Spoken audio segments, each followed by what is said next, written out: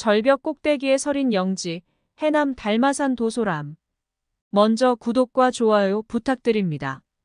영지는 신령스러운 기운이 뭉쳐있는 장소를 말한다. 영지에 가면 좋은 기운 속에서 마음은 맑아지고 밝아지며 생각이 높아진다.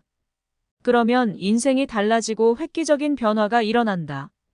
전라남도 해남의 달마산은 날카로운 기암절벽을 품고 기세등등하게 서 있어 호남의 금강산이라 부를 정도로 아름다운 산이다. 그 달마산의 남쪽 끝자락 바위 절벽 최정상 부위에 독수리집같이 자리 잡고 있는 기도터가 도소람이다. 불가에서 말하는 백척간두의 자리가 도소람이다. 한 발 앞으로 내디디면 낭떠러지로 떨어지는 자리이다. 백척간두 자리는 목숨 걸고 승부를 보는 수행처이다. 도를 통하지 못하면 떨어져 죽어버리겠다는 결기를 가진 수행자들이 머물렀던 수도터였던 것이다. 부안변산에서 목숨 걸고 수행했던 진표율사의 공부터 부사의방도 낭떠러지 위에 있다. 진표율사는 공부가 신통치 않자 절벽 밑으로 뛰어내렸고 지장보살이 떨어지는 진표율사를 받아 올렸다고 삼국유사에는 기록되어 있다. 금강산 보더감도 바위 절벽 위에 있다. 가파른 절벽 위에 자리 잡은 암자들은 보통 사람들이 접근하기 어려웠던 난공불락의 요새 같은 지형이다. 외부와 단절하고 죽기 살기로 내면 세계로 침잠하기 위해서는 외부 세계와 철저한 격리가 필요하다. 절벽 위가 최고인 것이다. 도소람의 역사는 1000년을 훨씬 거슬러 올라간다. 신증동국 여지승남의 도소람과 관련된 다음과 같은 기록이 전해진다. 그 땅의 끝편에 도소람이 있고 그 암자가 향한 형세가 바다로 돌출한 육지의 선단부인 고질 얻어 장관이 따를 만한 짝이 없다. 화엄조사 의상대사가 터잡고 지은 곳이다.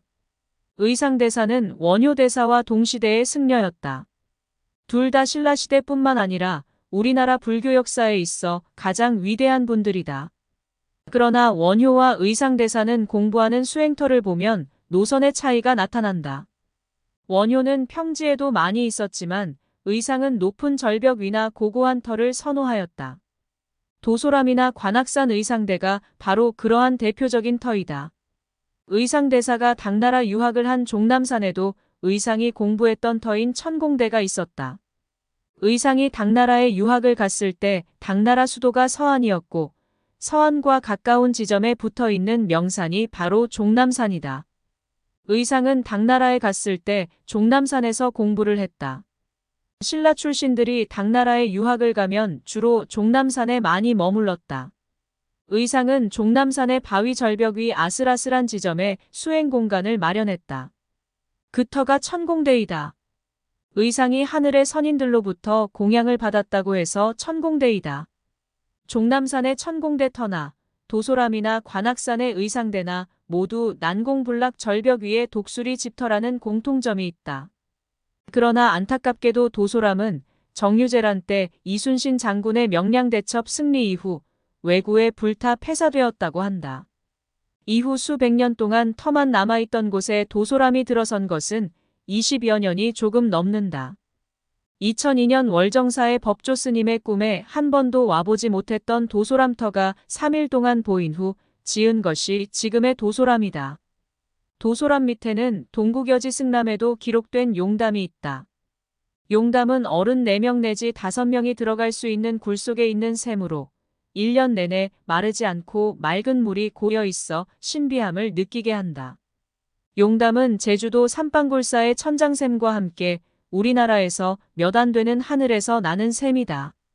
도소람 앞에는 스님이 면벽수도를 하고 있는 듯한 면벽 바위와 신선들이 바둑을 두고 놀았다는 신선함이 있다. 도소람을 가려면 마련마을을 찾아야 한다. 마련마을에서 시작되는 좁은 산길을 따라 차를 타고 제법 아찔한 3km의 길을 꼬박 올라야 도소람 입구인 도솔봉 정상에 닿고 여기서부터 도소람까지는 약 800m로 15분이면 충분하다. 도소람 가는 길의 왼쪽으로는 진도가 바라다 보이는 서해바다가, 오른쪽으로는 완도가 내려다 보이는 남해바다가 장관을 이룬다. 동쪽으로 툭 트인 능선의 한 지점에 서면 멀리 완도대교와 상황봉이 우뚝 솟아있는 완도의 거대한 섬이 한눈에 들어온다. 육지와 바다가 만나는 해안선이 일망무제로 펼쳐진다. 서쪽으로는 달마산의 기암 못지않은 바위군이 제법 날카롭다. 그 아래로 펼쳐지는 해남의 너른 들녘과 바다의 풍광도 좋지만 높은 바위 위에 올라서면 그 풍경은 더욱 도드라진다. 도소람의 다다를 즈음 좌우의 커다란 바위 사이로 도소람이 살짝 얼굴을 내민다. 계단을 차근히 밟아 올라서면 도소람에 닿는다. 한 칸짜리 작은 전각과 도소람에 다정한 버신 듯 한 그루의 나무, 그리고 손바닥만한 작은 마당이 전부다. 암자 주변으로 솟아오른 바위는 도소람의 삼면을 감싸고 있다. 작은 마당 앞에 서면 실로 신선이 살만한 곳이라는 생각이 먼저 든다. 가깝게 어란진과 마주하는 어불도가 바다 위에 떠 있고 그 너머로 남쪽으로 길게 이어진 육지처럼 보이는 진도가 뚜렷하다. 도소람 아래로 내려가면 삼성각에 닿는다. 삼성각으로 내려가는 길에서 도소람을 올려다보면 요새처럼 돌을 쌓아 올린 도소람의 기암 절벽이 한눈에 들어온다. 마치 영화에나 나올 법한 천상의 암자 같기도 하고 난공불락의 요새 같기도 하다. 도소람에는 전국 각지에서 수행하는 스님들이 특히 많이 찾아오고 있는데 새벽 예불을 마치고 완도 앞바다를 붉게 물들이는 일출을 볼 때나 불타는 듯한 저녁놀 아래 서해 바다를 볼 때면 넋을 놓고 서 있다고 한다. 조석으로 붉게 물드는 하늘이 마치 미륵보살의 정토인 도솔천 같다. 이곳에서 기도 중인 스님들은 참 아름다운 기도처라고 칭찬과 자랑을 아끼지 않는다. 이런 아름다운 산세에는 반드시 전설이 있게 마련이다. 전해져 오는 이야기에 의하면 산신령이 금강산을 만들 때 전국에서 잘났다고 생각하는 바위들은 모두 금강산으로 모이라고 했다. 달마산의 바위도 기다란 몸집을 자랑하며 금강산을 향해 가는데 바로 앞 두륜산에서 또 다른 바위가 기어가고 있었다. 그래서 서로 자신이 더 길다고 키재기를 하다 싸움이 벌어졌다. 긴 싸움 끝에 달마산 바위가 이기고 두륜산 바위가 졌는데 두륜산 바위들은 거의 깨졌고 달마산 바위들은 당당하게 서 있다. 그 머리에 해당하는 줄줄이 바위가 해남 현산에서 북평으로 넘어가는 13번 국도의 길목 닷골재에 있다. 싸움에서 이겼지만 이미 금강산의 1만 2천 봉우리가 모두 선정되어서 이 바위는 그 자리에 눌러 앉았다고 한다. 이 당시 거대한 몸집을 자랑한 울산 바위도 그때 울산에서 올라가다 설악산에서 멈췄다고 한다. 이런 산에 위치한 도소람터는 평범한 사람들이 보아도 비범해 보이는 영지이다.